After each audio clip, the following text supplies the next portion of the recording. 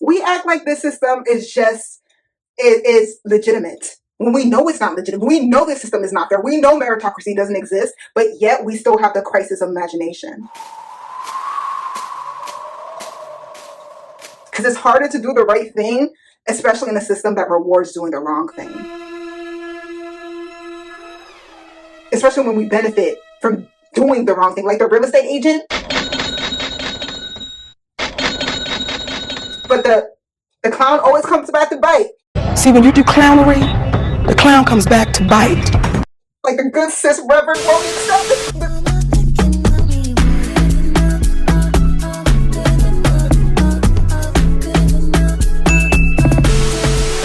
So, it's Valentine's Day and I'm at Buttermilk and bourbon, or bourbon and buttermilk, or buttermilk and bourbon. Let me see what the actual menu says. Buttermilk and bourbon.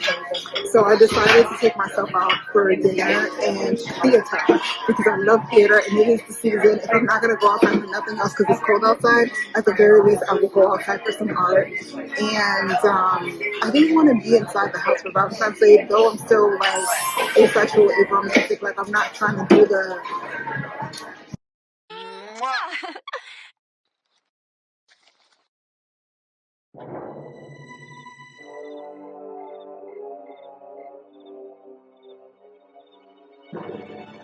things, but I don't also want to be inside the house. I got dressed to sit in the house. Thank you. And my meal came, and I'm going to show you what it is. But yeah, and I have good news coming up, but I don't want to jinx my chances, so I'm not going to say anything as of now. But it's really, really good news for me. And I did go to the gala on Tuesday for the artists who won their grants to start their artistic projects from the Somerville Arts Council. So I was part of the grantees, and I went to the ceremony, made some really good connects, and had a really good time. So it's a very much celebration of me versus celebration of like cis heteronormativity, heavy on the like heteronormativity. And I've been feeling New Orleans very, very bad. Not from the Super Bowl because I don't really talk about sports. Not really from Kendrick and the culture because like yeah, I love hip hop, but like that's none of my business. They ain't paying that, not me or one of these goddamn bills. So I'm the fuck. But I've been missing the people, the culture, the food. So buttermilk and bourbon is the closest thing that I can get. And here's the food, and I'm going to show you what it is. And of course, I'm wearing my asexual hat. I'm bringing that out. Girl, it almost fell. No, it did fall, and I thought I lost it. And I was like, oh my god, I feel like my autisticness is going to start kicking in. Like in the wrong time in public. Like, oh my god, man, I'm listening to you, man. And I was like, did anybody report like a missing hat? And the front desk lady who's right behind me was like, no. And then I look at the rack, and then my hat was there. And I was like, a good motherfucker Samaritan, bitch, because the word my autistic ass is shut up.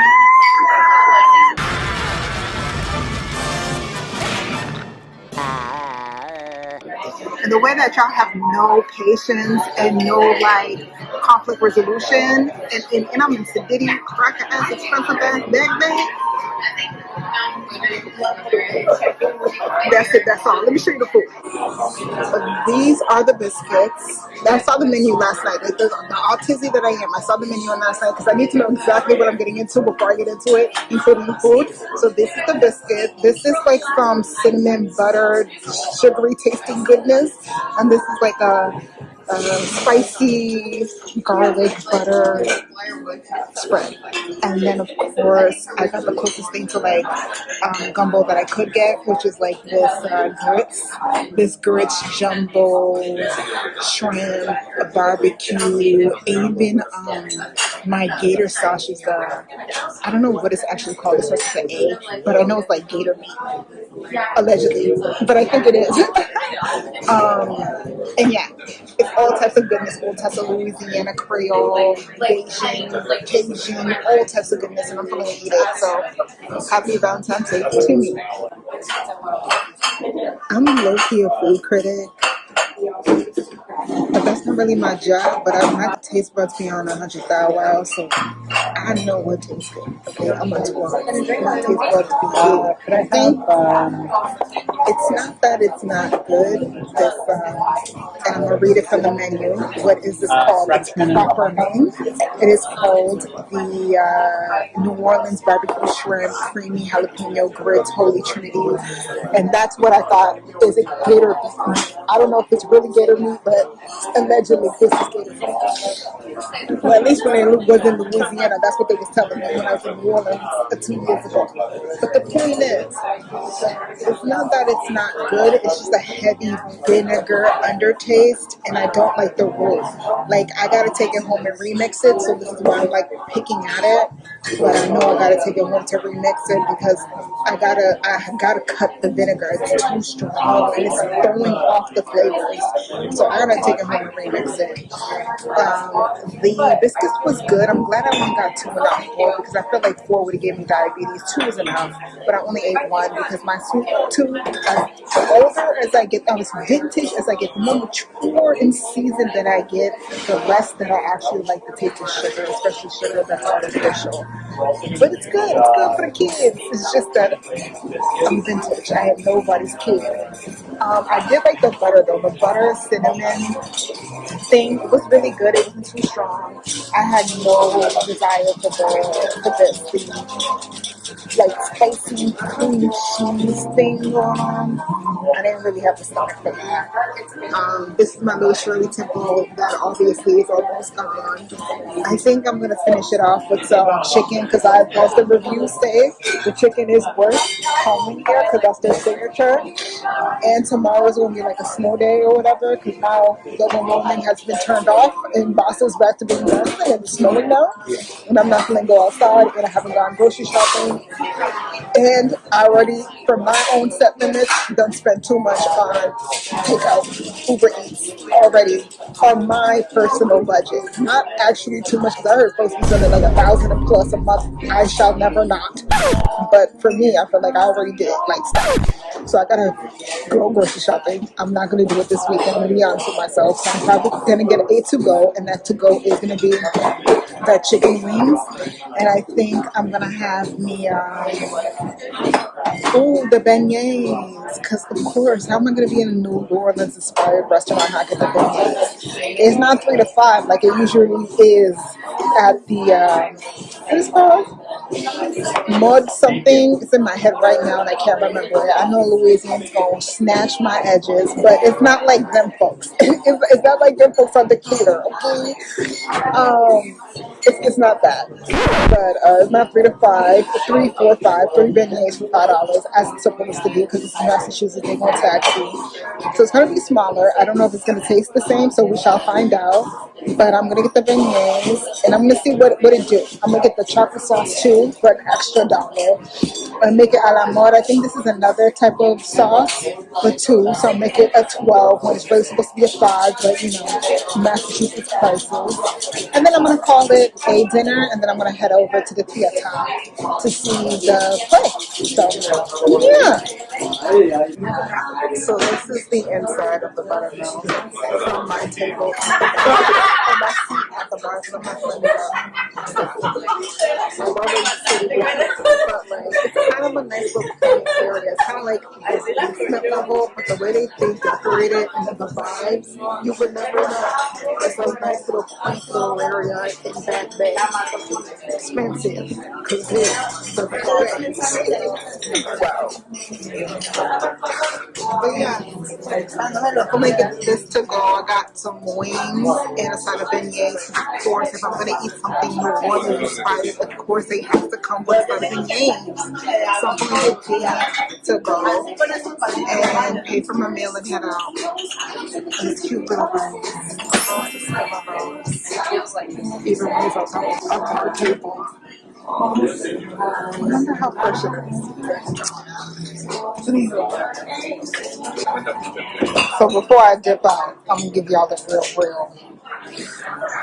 So this is definitely not the size of beignets that were in New Orleans when I went to New Orleans. Cafe Mode, a la mode, Cafe Mode, something Mode Cafe. It's in the It's famous.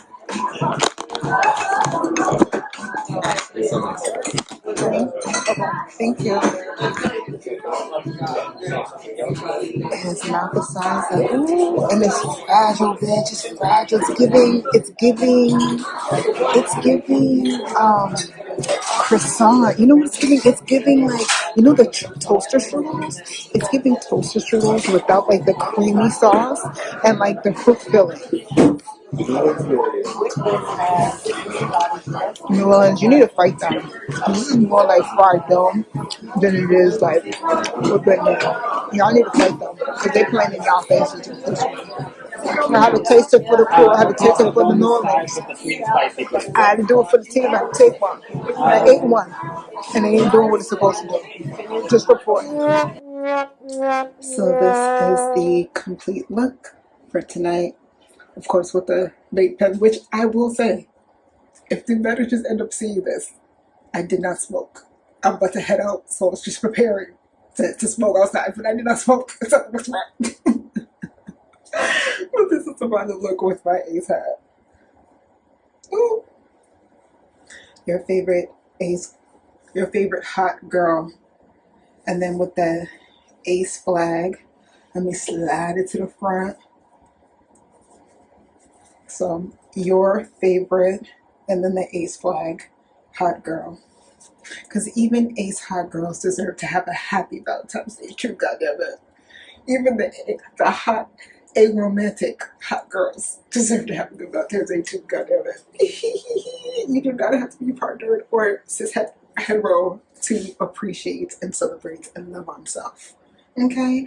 And I try to make the eyeshadow match with, like, you know, the ace flag. There's a theme to the madness, and then the bold red lip because it's classic. And this is the look. It is cold outside, so of course I had to go prepare work hard again because it's cold outside. But this, you know, this is the look. This is the inspiration with the work cardigan because it's cold outside. And then the purple galaxy eye to represent ace, and the bold red lip that goes with the classic mature lady look with the Coach red poofy, fluffy, comfy bag, and then the Guess red boots. Ha! Now let me go inside, pick up my food, and head out. My energy is infinite. My energy is infinite. My energy is infinite. My energy is infinite. My energy is infinite. My energy is infinite. My energy is infinite. My energy is infinite. Ooh, I'm a sorcerer.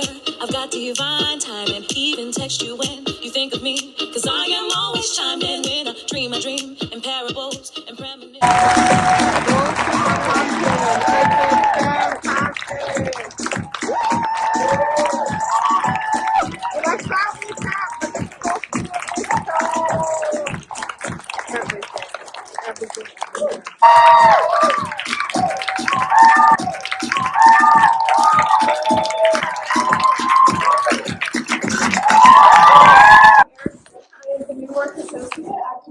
Theater.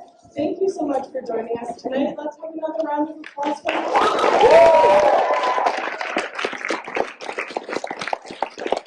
Thank you all so much for coming tonight. We're so glad to be back at the Boston Public Library for this world premiere production.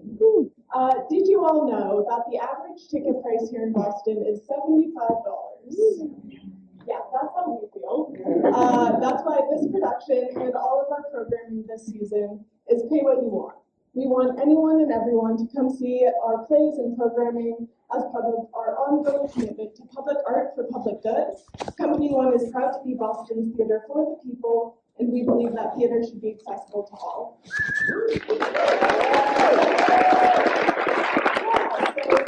This program, our Pay What You Want model, is possible because of your support, and you can help sustain our Pay What You Want programming by making a contribution today. So there's a few ways that you can go about doing that. One, you can fill out a C1 donation envelope that's in your program.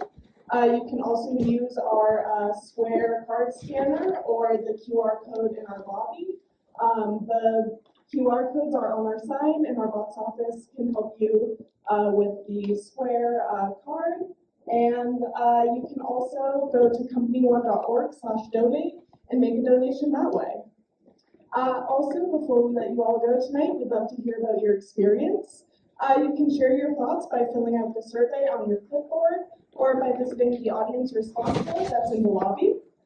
In the lobby, you'll also find our action and resource table. There you can learn more about land back, you can calculate a voluntary land tax, and you can learn more about some of the Indigenous legislative agenda in Massachusetts. We have done some of the Googling for you. We hope you'll check out these materials and some of our amazing community partners that we've worked with on this production, such as Cultural Survival, the Massachusetts Center for Native American Awareness, the North American Indian Center of Boston, and more. Lastly, so much is possible when we all come together to support community, art, and social change. So please help us spread the word, and we really appreciate you joining us. Thank you all.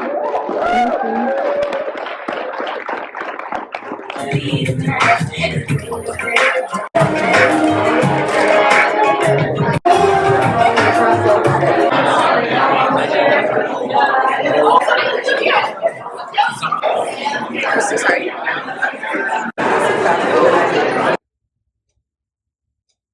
Tell me why I was recording a whole motherfucking theater and this shit wasn't even recording. I feel violated. But like I was saying, which I don't know where I was even cut off, but the play, The Haunting, is fucking fantastic. Definitely go see it. At the time of my freaking life, I picked up some educational pieces that I took with so I can engage further with the idea and concept. In particular, this is the play itself, and these are the actors, which is fantastic. 10s across the board. I'm talking about from the acting, the plot, the characters, the way the characters play different characters within the play, and like the different characters were unique enough where it was believable. But like one phrase that really stuck out to me was the phrase crisis of imagination, which I think is very true in the ways of, like I was saying before, I was really cut off by motherfucking Apple. Like, bitch, like I just bought this phone. Like, okay. Technology. And like they said, the colonial fucking technology, the colonial motherfucking. In regards to land back, right? We talk about all the ways that we're trying to fix our karma, we're trying to, be better people, etc., etc., etc. But the lack of imagination is the reason why we don't act on our principles. And I said for myself in 2025 that I was really going to be more like 10 toes deep in what I believe in, like walking and living in my politics in the sense of like I am a socialist. And like in real life, I am a community organizer, but like I am not doing the things that I would like to do because of the restrictions that is the society that we live in. But like for most people, that's really what that is. Like y'all work these hoe ass jobs, and no offense, like this rant, no offense, your jobs be bullshit. But you work these jobs because we have to, because quote unquote, we need it to survive. Knowing that the only reason why a lot of us do the work that we do is because we don't want to end up homeless, because these rents in Massachusetts, especially the metro Boston area, be high as fuck for no motherfucking reason outside of exploitation. And we don't explore all our options. We just try to do the same old, knowing that it's not working, in the ways of like millennials and Gen Z will not be able to afford a house because we don't make enough to actually afford these prices, these outrageous prices, which makes us doomed to be renters. And these rent prices keep on increasing. We don't have things like renter control that went out in 1994. They banned that shit. So we are, and we say things like, we got to keep on doing what we got to do in ways of like, we work these hoe ass jobs in the ways of like, we will work with companies such as like Raytheon that we know are not good for the environment, that we know do things like genocide, but like, we still have to do the things, play the roles, pay the bills, because that is what is expected of us. Knowing that these repetitive actions and decisions that we make puts us on a slow trajectory to death, in ways of like voting for Trump expedites the mission, but voting for Kamala would have just been a slower pace to the abyss because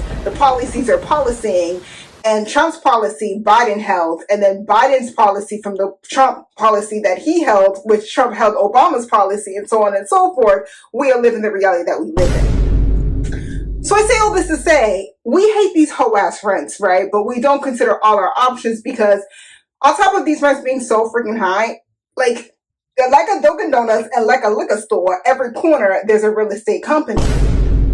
So there's money to be made off of the exploitation and the devastation that is the housing crisis. And we also know that the housing crisis contributes to climate catastrophe, climate change, and you know Boston is sinking outside of Roxbury, where the niggas at.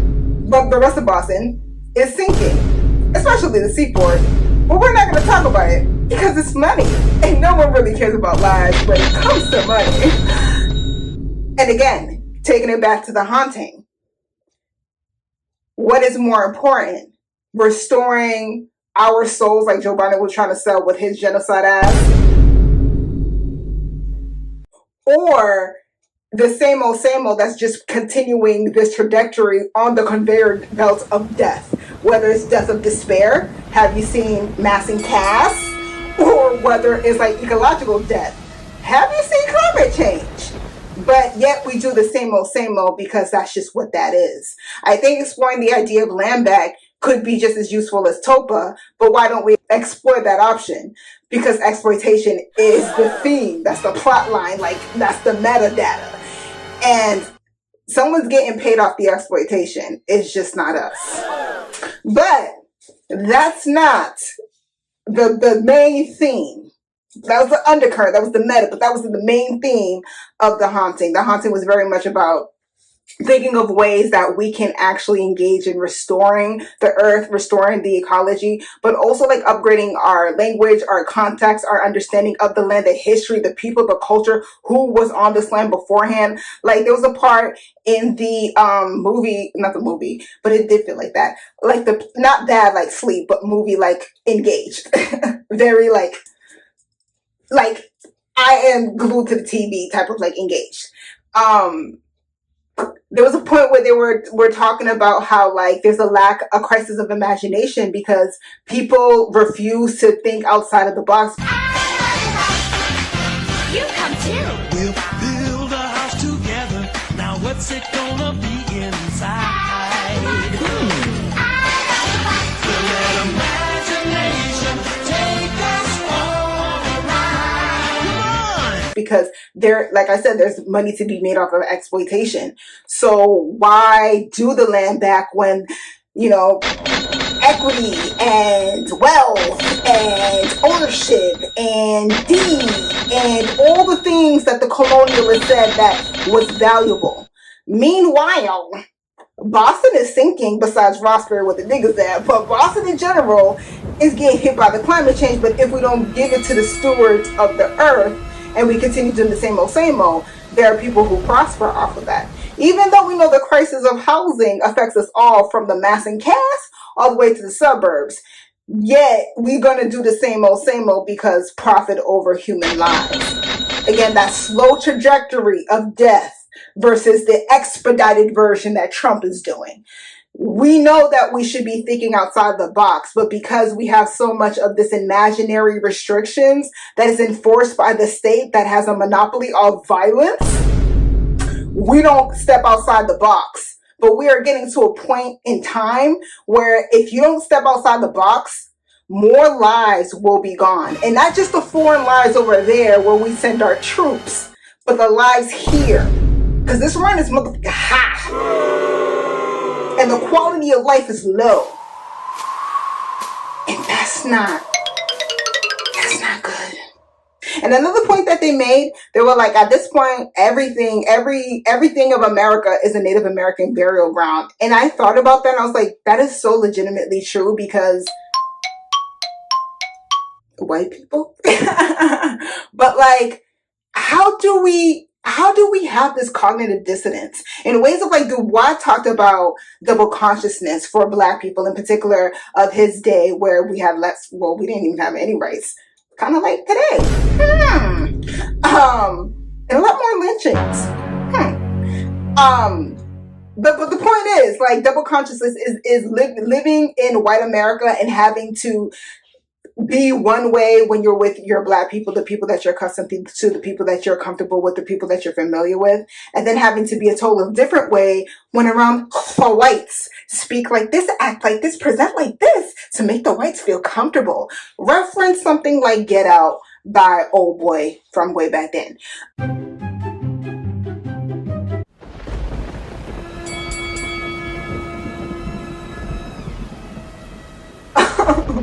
But it's on the same schism. Like, the fact that we all live on one mass Native American burial ground and we just like, I hope I become a homeowner, knowing that, like, there's probably Native American remains underneath your property because it's not your property. It's still in ways of, like, all these inventions, especially what modern inventions came to be about, comes out of, like, very much the exploitation of Black people. Like, all these home appliances, who you think came up with the idea, the concept? Turn this on. Turn it on!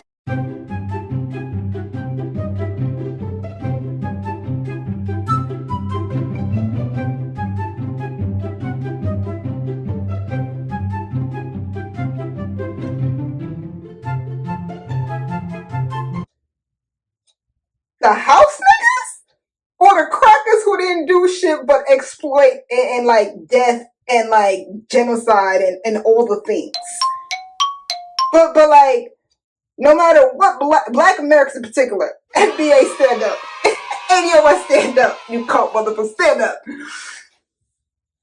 still to this day, the highest and the worst, the lowest and the best. And we just like, they just didn't try hard enough, like, chattel slavery?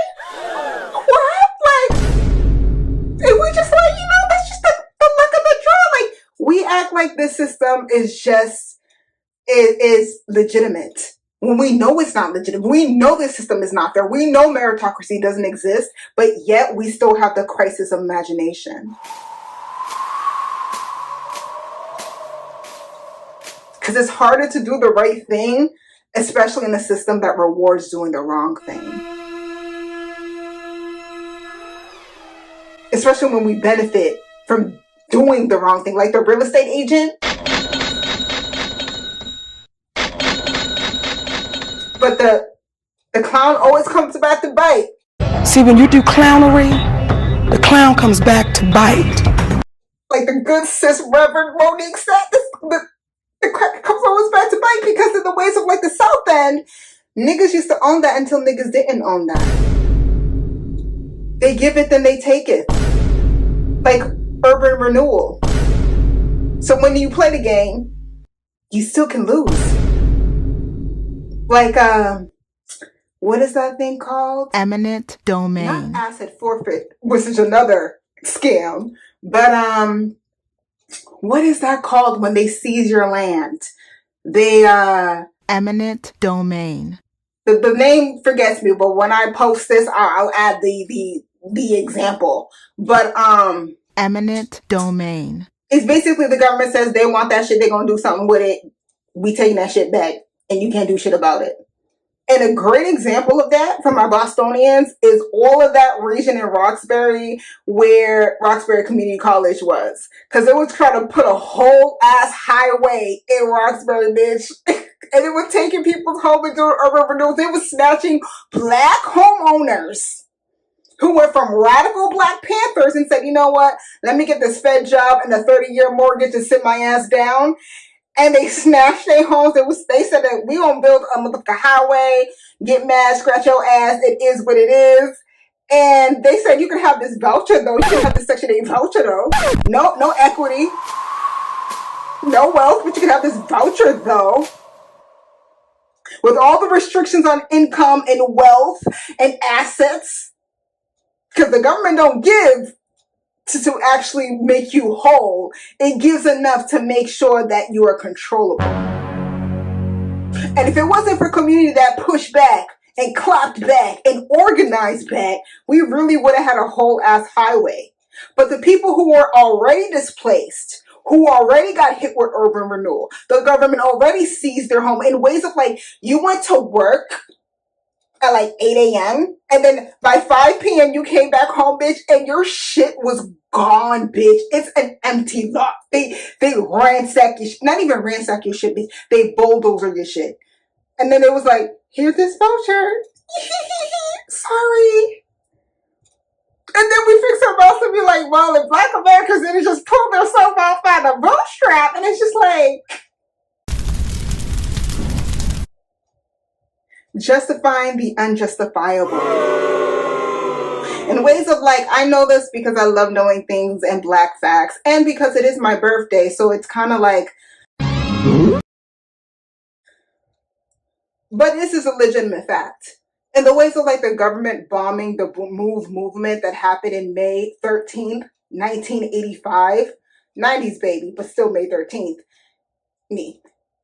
And we just like, yeah, like we can just bomb a residence.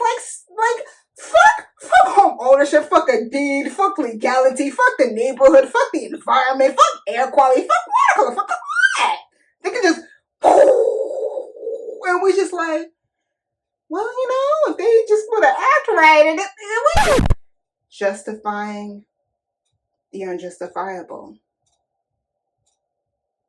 Just like your Trump vote for the third fucking time, and look at our asses now.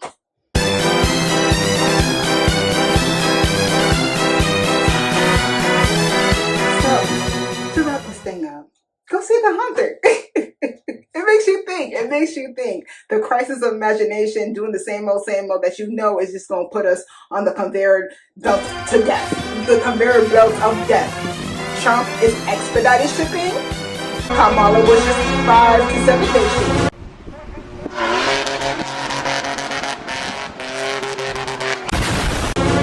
Anarchy is mutual aid. Anarchy is self-governed. Anarchy is socialism. Anarchy is everybody gets a roof over their head regardless if they make motherfucking moderate income, 6 figures in the tech industry, multimillionaires, trust fund babies, Nepo babies, poor immigrants. It don't matter. Because it's your human right. Your basic human right. So,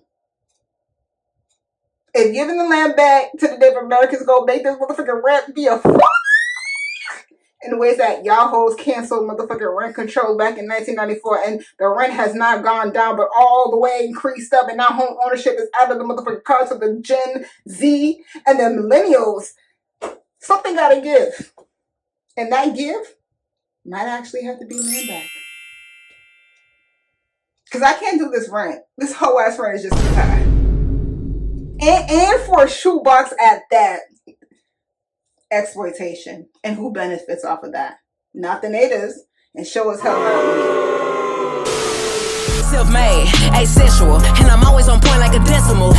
Self-made, asexual, and I'm always on point like a decimal. La reine te lave moins, nèg yo son dérision moins, nan grand chemin.